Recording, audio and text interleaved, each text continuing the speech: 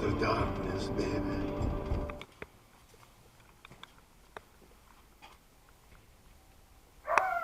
Hey, how you doing? Hi, Reno. It's okay. No. Hi, Dougie. Okay. Doing, man. Pretty So good. Good to see you. Yeah, good to see you too. All right.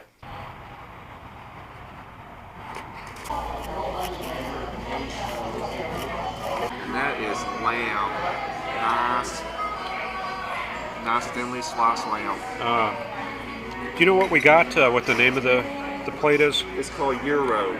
Hero. Yes. Okay. Never actually had that before, so that'll be something new. Yeah, we're going to do an interesting workshop. This is one of the more prolific tornado days. Do you have any idea what we're looking at here? Well, we're looking at the state of Oklahoma for one thing, and looks like I'm seeing a lot of stratocumulus. Indeed. Do you remember anything about May 31st of 2013? You may have to refresh me on that. Yeah, we had a big storm develop near Reno, which is in... let me bring up my John Madden thing. Go over to zoom it. There we go. Yeah, El Reno, just right in that area. We had storms go up there. Wow. So anything on this satellite image tell you that something's going to go up? This is at 1:40 p.m. 1:40 p.m. So you're out chasing I-35, maybe here. Is there anything on here that suggests, like, we should go this way or we should go that way? Let me see.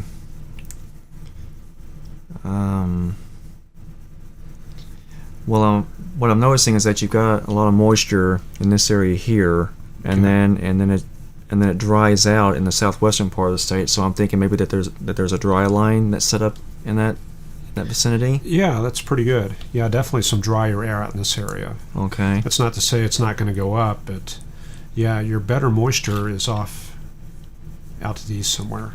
Wow. And one thing that I'm noticing here is there's a transverse banding. If you go to the south, down along the Red River, you can see streets, which is indicative of, pretty unstable air. But as you go north of maybe this boundary here, you get more of this transverse. I didn't switch colors. Yeah, there we go. So there we've got some organization of the clouds into something like that, which is kind of like across the winds rather than parallel to it. Wow. And that's a result of the capping that we have across this area. Very strong capping, holding things down until the very end of the afternoon. In fact, this day could have just gone as a bust with nothing developing. Yes, because the cap is going to be too strong. Yeah, that happens all the time. So, in fact, I was very close to writing this day off. I had one chaser I was following out in that area, and for a while it looked like nothing was going to come together, but it did. Now, you mentioned El Reno. Is that west of Oklahoma City? Yeah, Oklahoma City is right here, and El Reno is out in this area. Okay. So if we move this forward, we go up from 1:40 p.m. to 2:15 p.m. So we're starting to see a little bit of enhanced cumulus out to the west. Mm-hmm.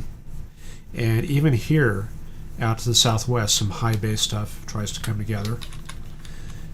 Then by 2:40, this area is improving a little bit here. This is all elevated. You can kind of tell because the cloud cells are a little bit larger than usual. There's a little bit of shadowing underneath. Okay. And here we've got some clustering. That indicates stuff might be about to pop, and there's some right there. This is all enhanced Q. There's a little bit down to the south, and maybe one here. So a couple areas to watch there at 2:40. Now we're getting up to 3:10, so it's getting very close here. I remember I almost missed this because, no, hang on, I'm thinking of 4 p.m. I'll cover this in a minute, but this is 3:10. So there's your enhanced cumulus area. Another possible area to the south. Wow. Then 3:40.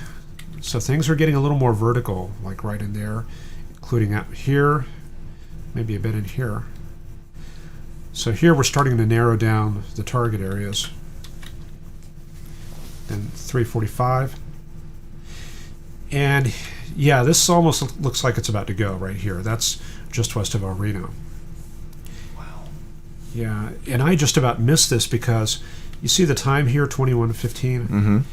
At 21Z, man, I can't write with a mouse. 21Z, 18Z, 15Z, all the satellites go through a full disk scan, and you lose radar imagery for about satellite imagery for about 30 to 45 minutes. Oh. So I think I even missed this 2115 image, and there was just kind of a gap where we couldn't see what was going on. Mm-hmm. And so I was having to rely on radar until the new frame after 21Z came in. And so this was kind of a very inconvenient time. But yeah, stuff was definitely forming, and then by 4:25, looks like it's about to blow. It's coming together. Yeah, see, there we go, 4:40 p.m. Stuff is... Wow. Oh, wow. There's those anvils. And yeah, down to the south, they're trying to get going also. And there's the El Reno storm, actually just west of El Reno, 5:10 p.m. Now, are these overshooting tops that I'm looking at right here? Yeah, good idea, or good observation. Yeah, those little dots right there. Wow. And you can see the little gravity waves coming off them like that, just kind of like ripples in a pond. Look how isolated, just all by it. Yeah, absolutely. And that's just one supercell. Yeah, I'll have to take a look. I think there was a little bit of early splitting going on, but we'll check that out. Okay. Okay, Glenn, are you very familiar with surface charts? A little bit. It's been a long time, but yeah, we're looking at the 10 a.m. data for May 31st. Is there anything here you're familiar with? My phone's going off. uh-oh. That's all right. I'm going to check and make sure there's nothing important here. Okay. Well, what I'm seeing is a good southerly flow Okay. up to the hill country in North Texas. Yeah, good point. Southerly flow. 15 to 20 knot. Yeah, we're bringing up the moisture. And what I'm seeing is winds out of the north over the panhandle of Oklahoma and Texas. Yeah, I'll draw some streamlines on here real quick. Okay. So, yeah, cooler flow coming out of the north. So, certainly some kind of front through here, possibly. You've got high dew points over North Texas and the hill country, all the way up into central Oklahoma. Okay, yeah, that's the dew points. That's very... Do you remember isodrosotherms? Somewhat. Okay. May refresh me on that. Yeah, we've got the dew point in the lower left part of the plot in degrees Fahrenheit. So I'm connecting all the values of 70. So I'm drawing this up to 70, and that goes quite a ways north. Wow. All the way up to Missouri. Actually, then it comes around like that, and then down in Arkansas. Actually, probably something like that. Anyway, and then we got the 72 line, which is... it kind of wavers around, goes up like that. So the isodrosotherm helps us paint out the moisture axis. And if I draw the 74, that becomes even more clear. So it comes up through Cleburne there. Right, that's actually... let's see, there's Dallas. Yeah, I think that's Cleburne. Yeah. And it goes south. So this tells us that the moisture axis is kind of like something like that. Okay. So from about Fort Worth up to Gainesville and maybe up to, I don't know, whatever that is, Duncan. So there's the moisture axis, and there's probably a secondary one off to the east, like that. Interesting. Yeah, we've also got the dry line out to the west. I did notice the much lower dew points out there. Yeah. 26, 34 in El Paso. Yeah, we go from 38 here to 63 here. Mm-hmm. So dry line here. That's still a ways off to the west at this point. Yes. But actually, we got 56 there at Childress, so it may be actually, 54. Looks like it's actually aligned something like that. Okay. It can be very kind of homogeneous and wandering, kind of like that. So that's kind of the setup. I wish I could bring up black. I don't know what the key stroke is to bring up black. I don't know. So there we go. There's our setup there. We got the cold front coming in, very weak cold front coming in from the north, and dry line just to the west of Oklahoma, moisture axis. So a lot of good things coming together there. And this is all at the surface, right? That we're seeing. Right. Yeah. In fact, let's run this up real quick to right before the storms form. We'll say about maybe 3 o'clock. It's kind of the critical time there. So I'm loading a digital atmosphere here. I'm going to bring this up to 19Z, that or 20Z. Okay. That'll bring up the 3 p.m. data. So it's importing that, and we're going to erase that and plot the new 3 p.m. data. So has anything changed here? Let's see. Well, how about that moisture axis? Let's see, from 60 to 70.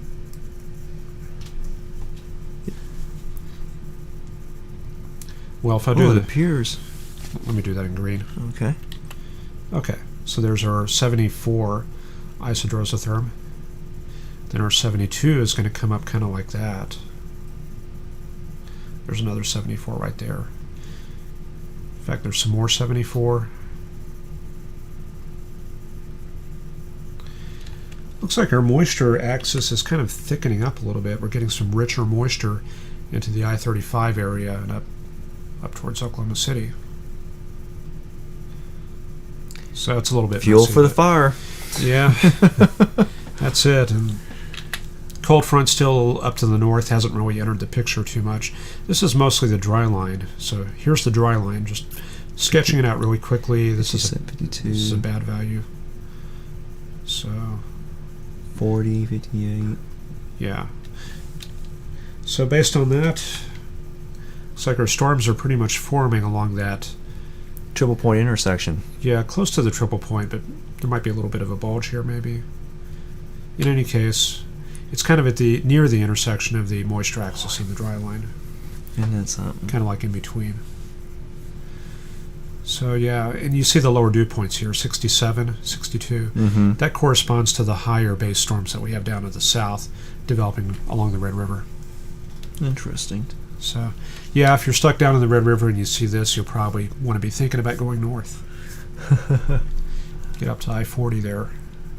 Of course, by 3 p.m. You're kind of screwed. Yeah, I guess so. If you're that far south. Pretty much. So, there's a 102 there at Altus. Woo! Altus is always baking, it seems, on these storm days. Wow. Okay. I'm surprised to see a surface temperature that high. All right, here's the radar image at 5 p.m.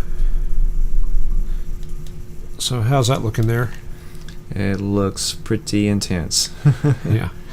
Definite supercellular appearance there. You got kind of that triangle shape going, flying eagle. Mm-hmm. The highest reflectivity is concentrated towards the edges of the storm instead of in the centers.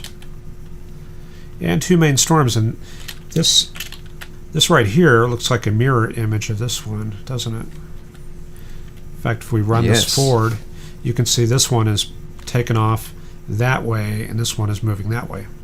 So this one is a left split. And as we run it forward, there it goes. There goes the split. So you don't want to accidentally be chasing this one unless you want to try to find an anticyclonic tornado.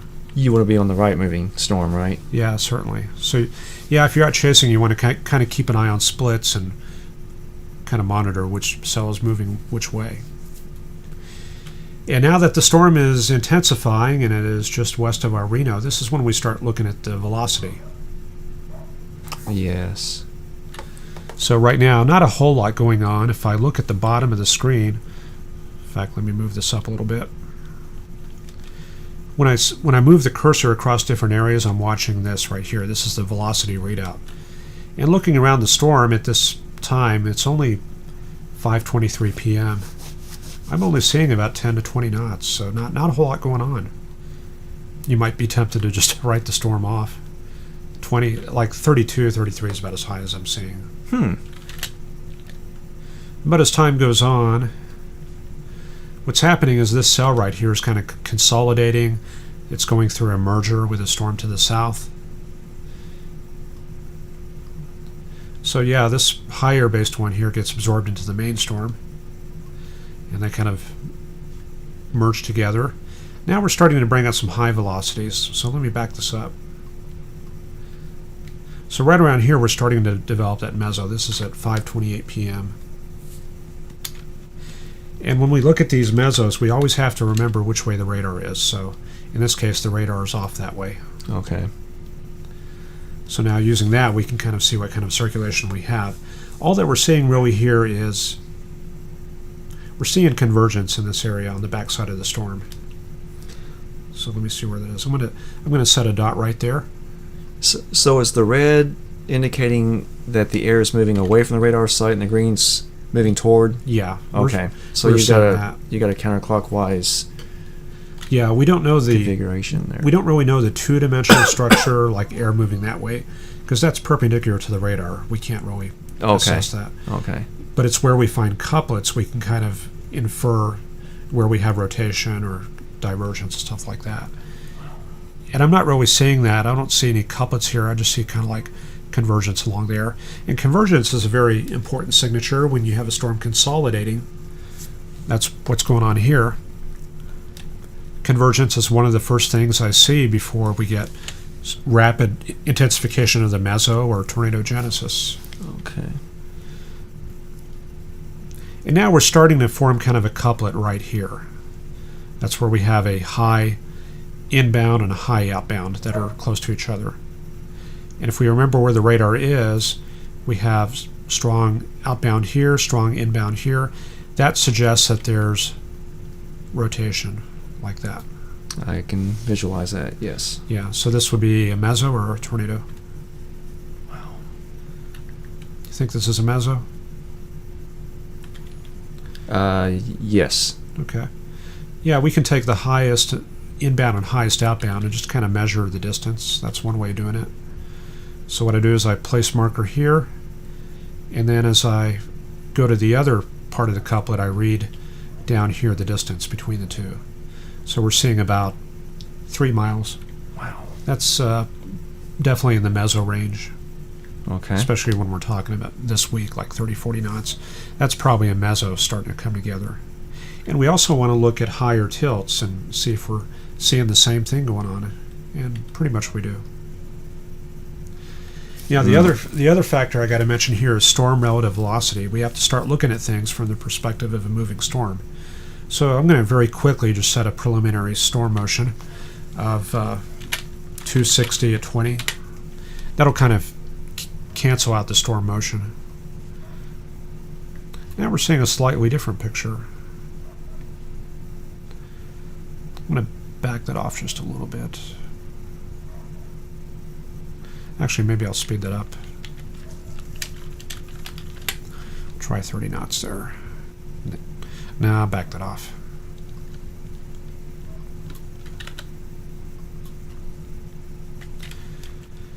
Okay. Now that we've got storm relative velocity, the couplets are not directly across the beam. Like we're not seeing this couplet across from here. We're seeing it kind of at an angle. You notice that? I notice it now that you pointed it out. Yeah. What that's telling us is that there's convergence, since the inbound over here is further away than the outbound. So what we're seeing here is actually rotational convergence. So like this. Interesting. Yeah, it's definitely an interesting signature there. And we check for consistency up at the higher tilts. See where it's 5:33 p.m. And that just kind of falls off to some other stuff. Okay. So back down to the low levels. So now we go through this merger and the storm really starts consolidating. And this is where we really see it start picking up intensity. Now we're starting to develop that flying eagle structure. And kind of some evidence of a hook echo there. Yes, I saw that. Yeah, there we go. We're starting to really see a bit of a couplet there. That's strong inbound. We have strong outbound. So we're still continuing this strong rotational convergence centered about right there. So I'm going to set a dot right here and we'll switch over to reflectivity. So there it is, strong meso there coming together. And now we're starting to see a little bit of overhang developing. If we go up to the higher tilts, see that higher intensity blooming there. Sure is. This is up at about 34,000 feet. So we'll say about right there. I'm going to set a dot right there. Go back down to the higher tilts. So now we've got very strong overhang right in the inflow region. So everything is coming together for a pretty good supercell event here. I'm going to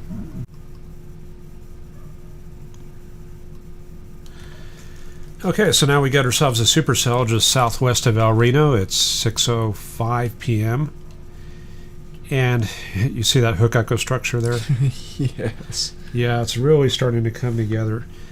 In fact, for those of you not really familiar with what we're looking at, there's the hook echo right there. And there's the main part of the supercell. So this is the forward flank downdraft, and the rear flank downdraft is back in here. And the center of the circulation is somewhere in here. RFD. Yeah. So there's a hook echo, and I'm going to pull up the spectrum width. I think this is a very unused product, and I'm usually watching for the tip of the hook echo to look for a dust cloud of some kind. Not quite seeing that here just yet. But storm relative velocity, there we've got a good couplet right there. See that strong outbound and strong inbound. This is almost pure rotation. And I can look at the diameter of that couplet to kind of check the size. So there's one corner right there. I'll look down at the bottom and measure that. That's about 1.5 miles. That's like right at about the threshold for a large tornado. And we're seeing about 40 knots outbound, 64 out. That's probably about 80 to 90 knots of shear right there across that. So we're going to roll this clip from Bill Hark, who was kind enough to send this in, and this picks up right around this time at 6:05.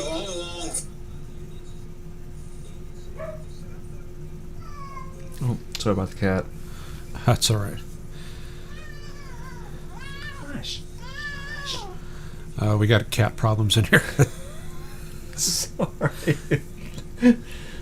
So there's wow. there's our tornado coming together very quickly. I'm gonna put her outside, okay? Okay. I'll be right back. Come on.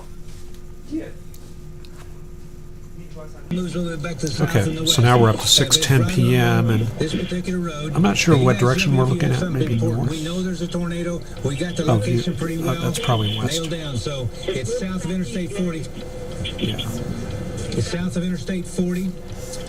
You guys all along Southwest 27th Street, El Reno area. Also, So I think this is Airport and Reno Road that we're looking at here, looking west. And Reno. Robert, looks like we're. I think you mentioned the dust blowing by. I think that's the inflow into the storm right there. Inflow, okay. And north, just Out in the north. distance, And then that tornado one does back not there. have a name. So, if you live south of Interstate 40, We just can't quite see it from this perspective, right? I mean, it's Yeah, it's pretty wrapped up in rain there. But we'll move. We'll switch over and check the radar, and kind of see what Okay. the presentation was. But there it is. Yeah, it's getting wrapped up there. yes. That whole thing is tornado.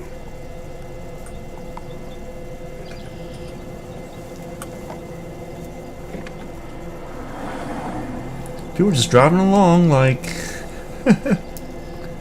Yeah, there's people just heading on into it. they sure are. I don't know what they're thinking. Especially, you can see the big wedge right there. Some are weather-wise and some are otherwise. Yep, as they say.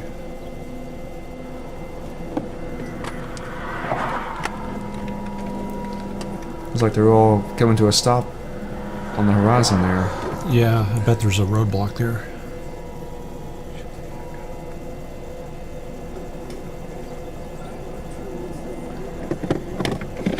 I'm gonna turn this way. That's too close. Turning it around. Absolutely. Okay, so what was going on at 6:10 p.m. with that last clip? Well, here's the radar presentation. And one thing I did is I loaded up GIS data. There's a panel in here where you can load up shape files, and I did that. And if I show those, there's the street level data right there. So Reno and Airport Road. So I'm looking down at the bottom if they read out of the street names.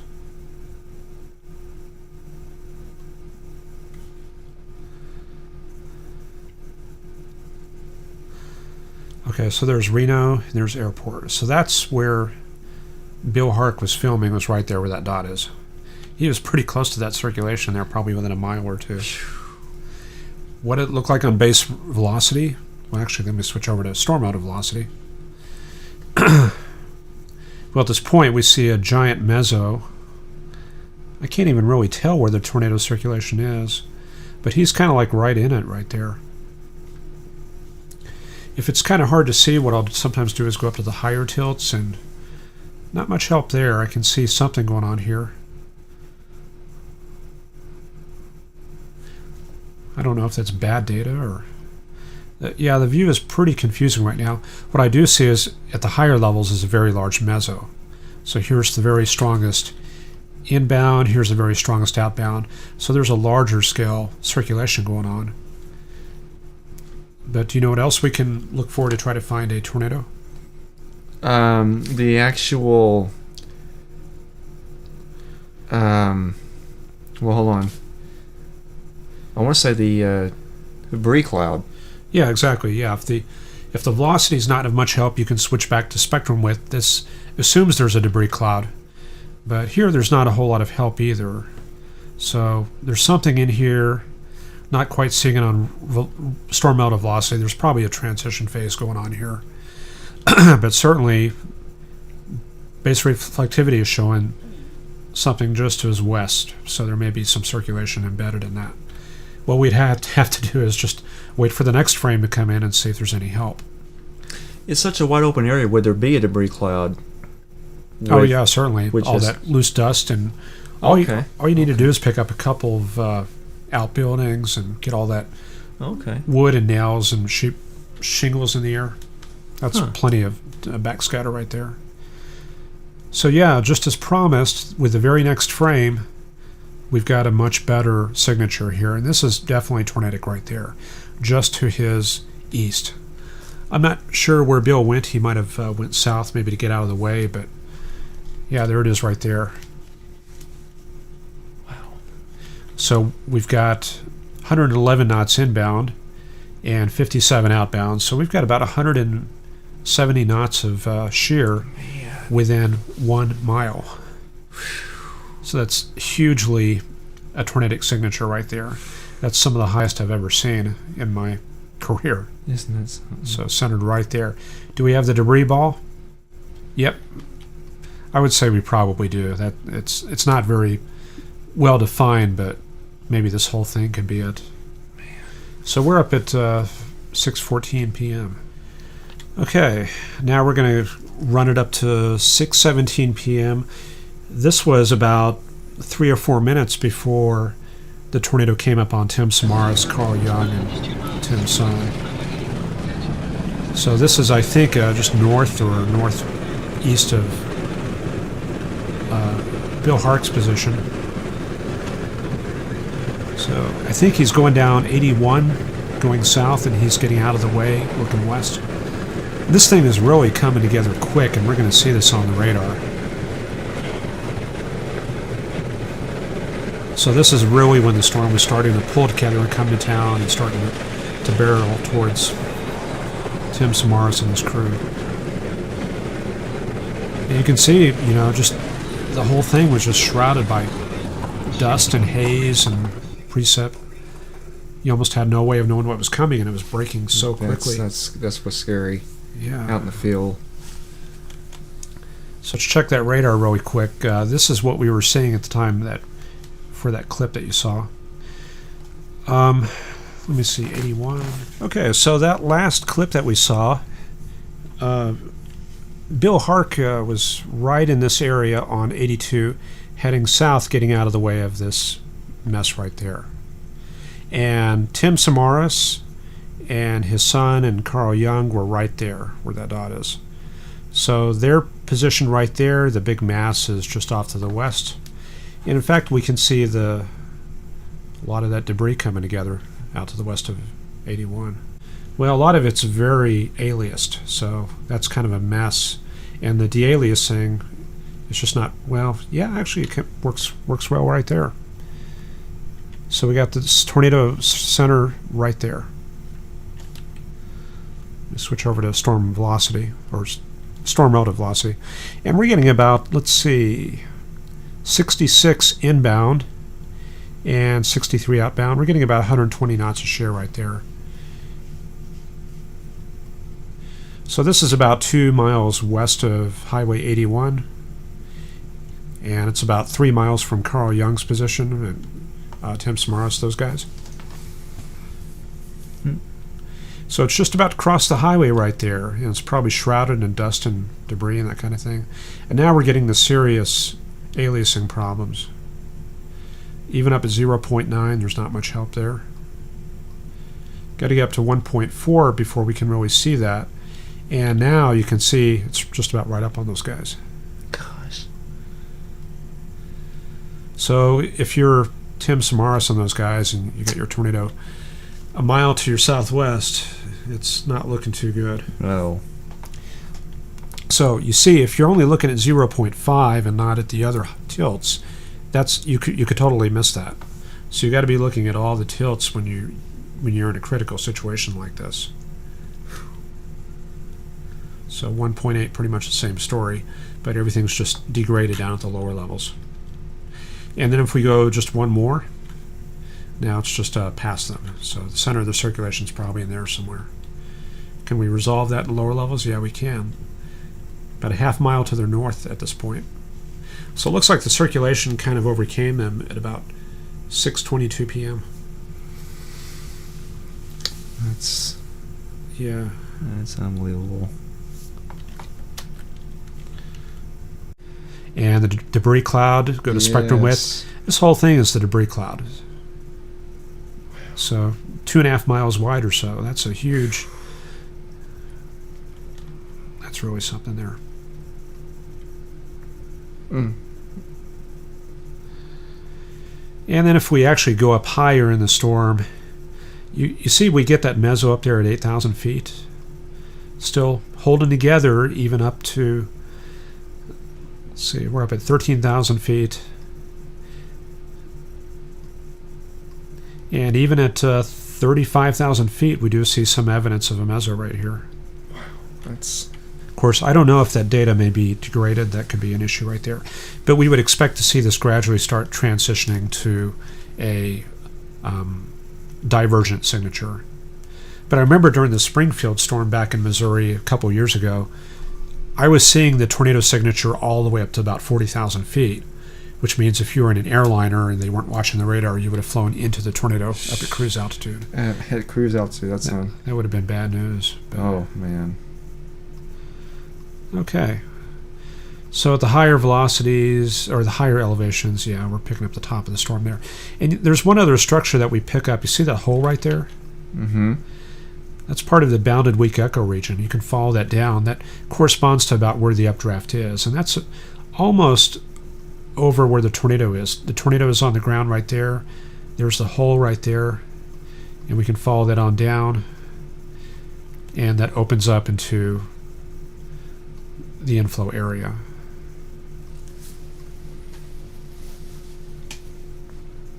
In fact, we can take a 3D cross-section right there and plot that out. Oh, interesting. Yeah, so there's that updraft going straight up.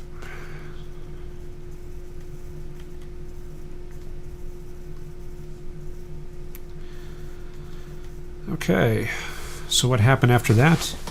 Well, I don't want to make this into a 30-minute, or probably are 30 minutes. Don't want to make this into an hour-long presentation, but let me take away the shape files. Oh, I got to change my cursor. There we go. So the storm progressed eastward. Still pretty intense there. And it kept moving on towards Oklahoma City, and we thought Oklahoma City was in big trouble. So you see that? I've never seen Oklahoma City. Yeah, so does this look like a meso or a tornado? looks like a tornado to me. Well, it's actually a little more spread out. If I set the cursor here and measure out here, I've got a diameter that's about a 5-mile diameter, so we're getting into the scale of mesocyclones. Mesocyclone, okay. But that could develop into a tornado later. In fact, that's what a lot of us were worried about at the time. But fortunately, that didn't happen. That would have been bad if we had one of those big mile wides going through Oklahoma City. And that's never happened, right? Well, not that I can remember. Of course, we had the Moore storms, but there was one in Edmond back in '86. I'm not too sure we've ever gotten a wedge actually going through Oklahoma City. Seems like when supercells move through the Oklahoma City area, it's always more. It's either south of the downtown area, or it's north of downtown. But I've never seen downtown actually being under the gun. Yeah. For it's the Hefner and Edmond dichotomy versus the Moore one. I guess if you move to Oklahoma City and you'll be fine. I think so. I mean, even though you're right there in the heart, you're in a safe spot. Yeah. Well, anyway, I hope that retrospective of the May 31st, 2013 tornado was interesting. Hopefully taught you a few things about surface analysis and radar, and I guess we'll try to do a few more of these and see how they come out. And thanks, Glenn, for joining us, and we'll see you all next time. I sure enjoyed it. Thank you. All right. Okay, we're just recording, we're just editing the production, and there's Glenn right there. I can tell she's getting more used to you now. Yeah. You just hush. Okay, this clip we're previewing, we got a dog barking in there.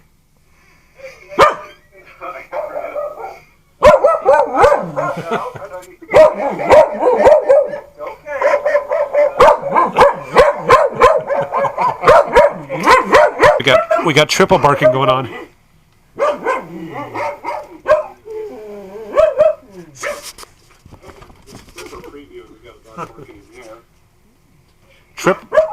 Triple bark in action.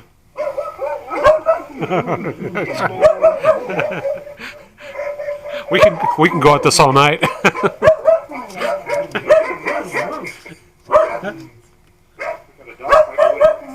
That is hilarious.